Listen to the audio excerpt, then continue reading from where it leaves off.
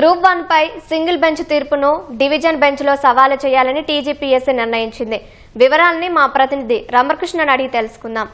రామకృష్ణ, చెప్పండి, గ్రూప్ 1 పై high court single bench ఇచ్చిన తీర్పుపై TGPSC ఏం నిర్ణయం తీసుకుంది?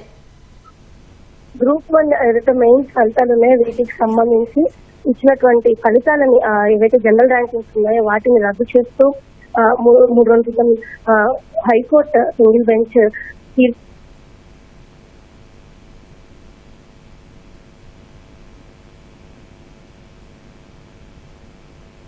సమావేశం. ఈ తీర్పు కాపీకి సంబంధించి కూడా అటువైపు మనం రివ్యూ పిటిషన్ వేస్తే ఎలాంటి పరిణామాలు ఉండే అవకాశం ఉంది, ఎంతవరకు మనకు రివ్యూ పిటిషన్ వేసే అవకాశం ఉందని దానికి సంబంధించి న్యాయ నిపుణుల నుంచి కూడా ఇప్పటికే సలహాలు తీసుకోవడం, దీనికి సంబంధించినటువంటి గ్రౌండ్ ప్రిపరేషన్ లో కూడా టీజీపీఎస్సీ ఉన్నట్టు తెలిస్తే ఈ రోజు సమావేశం ఏదైతే గత 3 రోజుల నుంచి కూడా ఈ తీర్పు పైన సమావేశం జరుగుతున్నప్పుడు కూడా ఈ రోజు మరో టీజీపీఎస్సీ కార్యాలయంలో సమావేశం జరిగిన తర్వాత అప్పీల్ కి వెళ్ళాలి అని నిర్ణయించుకున్నట్టుగా కూడా తెలుస్తుంది. అయితే ఈ రివ్యూ పిటిషన్ వేసేందుకే మంచి ఆస్కారం ఉంది అని చెప్పేసి తమ వైపు నుంచి ఎలాంటి ఇబ్బంది లేదు.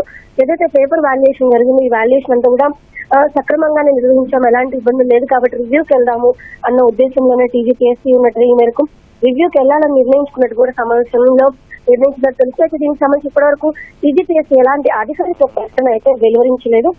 3 రోజుల నుంచి అటు ప్రభుత్వంతో కావచ్చు, అధికారులతో సమావేశం నిర్వహిస్తున్నారు, న్యాయనికులతో చర్చిస్తున్నారు దీనికి సంబంధించి. కానీ అధికారికంగా అయితే ఇప్పటి వరకు టీజీపీఎస్సీ ఎలాంటి ప్రకటన అయితే చేయలేదని మనం చెప్పొచ్చు. ఈ ఏదైతే రీవాల్యుయేషన్ హైకోర్టు ఈ జనరల్ ర్యాంకింగ్ కి సంబంధించి వీటిని పాత జనరల్ ర్యాంకింగ్ రద్దు చేస్తూ మరోమారు పేపర్ ని రీవాల్యుయేషన్ చేయాలి. ఈ ప్రక్రియ మొత్తం 8 నెలల్లోపు పూర్తి చేయాలి. ఒకవేళ అలా రీవాల్యుయేషన్ చేయడానికి కుదరని పక్షంలో తిరిగి మెయిన్స్ పరీక్షలు నిర్వహించాలని హైకోర్టు సింగిల్ బెంచ్ స్పష్టం చేశారు. ఈ నేపథ్యంలోనే దీన్ని సవాల్ చేస్తూ రివ్యూ పిటిషన్ వెళ్ళాలని చెప్పి డివిజన్ బెంచ్ లో దీన్ని సవాల్ చేయాలని చెప్పి కూడా టీజీపీఎస్సీ అయితే నిర్ణయించుకున్నట్టుగా తెలిసింది. అయితే ఈ పిటిషన్ కూడా వారం రోజుల్లోపే ఫైల్ చేసే అవకాశం ఉన్నట్టుగా కూడా తెలుస్తుంది. అయితే ఈ ఏదైతే టీజీపీఎస్సీ గ్రూప్ 1 పరీక్షలు ఉన్నాయో 2022 నుంచి కూడా పోస్ట్ పోన్ అవుతూ ఉండడం, పలుమార్లు పరీక్షలు ప్రిలిమ్స్ జరగడం, వాటిని పోస్ట్ పోన్ చేయడం, పేపర్ లీకేజ్ అంశం, ఇలా అనేక రకాల అవకతవకలు ఇబ్బందుల నేపథ్యంలో అనేక మార్లు పోస్ట్ పోన్ అయిన తర్వాత పలుమార్లు రద్దయ్యాయి, కొన్నిసార్లు పోస్ట్ పోన్ అయ్యి. ఈ నేపథ్యంలోనే ఈసారి జరిగినటువంటి పరీక్షల్లో ఎలాంటి అవకతవకలు లేకుండా పూర్తి స్థాయిలో పటిష్టంగా నిర్వహించామని గతం నుంచి కూడా టీజీపీఎస్సీ స్పష్టంగా చెబుతుంది.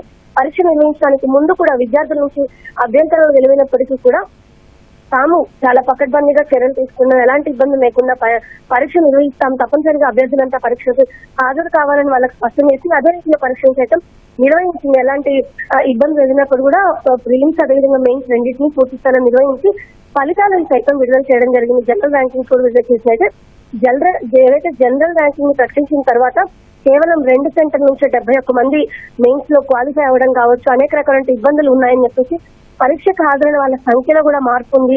ఏదైతే ఆన్లైన్ లో ఫస్ట్ ప్రకటించిన నెంబర్కి రెండోసారి ప్రకటించిన నెంబర్కి 10 మంది సభ్యుల సంఖ్య తేడా ఉంది. మరోవైపు రీవాల్యుయేషన్ లో మార్కులు తగ్గాయి అంటూ పలువురు అభ్యర్థులు హైకోర్టును ఆశ్రయించారు. ఈ నేపథ్యంలో హైకోర్టు వాదోపవాదం నిన్న తర్వాత ఈ యొక్క జనరల్ ర్యాంకింగ్స్ ఏవైతే ప్రకటించారో వాటిని రద్దు చేసి 8 నెలల్లోపు పేపర్ ని మళ్ళీ రీవాల్యుయేషన్ చేయాల్సిందే, లేని పక్షంలో ఒకవేళ రీవాల్యుయేషన్ కుదరదు అనుకుంటే కనుక పరీక్ష నిర్వహించాలని స్పష్టం చేసింది. అయితే తాము పరీక్ష ప్రక్రియ మొత్తం కూడా యూపీఎస్సీ తరహాలో నిర్వహిస్తున్నామని గతం నుంచి చెప్తున్నటువంటి టీజీపీఎస్సీ తాము నిర్వహించిన పరీక్షలు ఎలాంటి లోపాలు లేవు, సక్రమంగానే నిర్వహించాము, ఫలితాల విడుదలలో సైతం అన్ని రకాలైనటువంటి జాగ్రత్తలు తీసుకున్నామన్న ఉద్దేశంతో రివ్యూ పిటిషన్ వారం రోజుల్లో తిరిగి రివ్యూ పిటిషన్ వేయాలని చెప్పేసి డివిజన్ బెంచ్ లో సవాల్ చేయాలని నిర్ణయించుకున్నట్టుగా కూడా తెలుస్తుంది.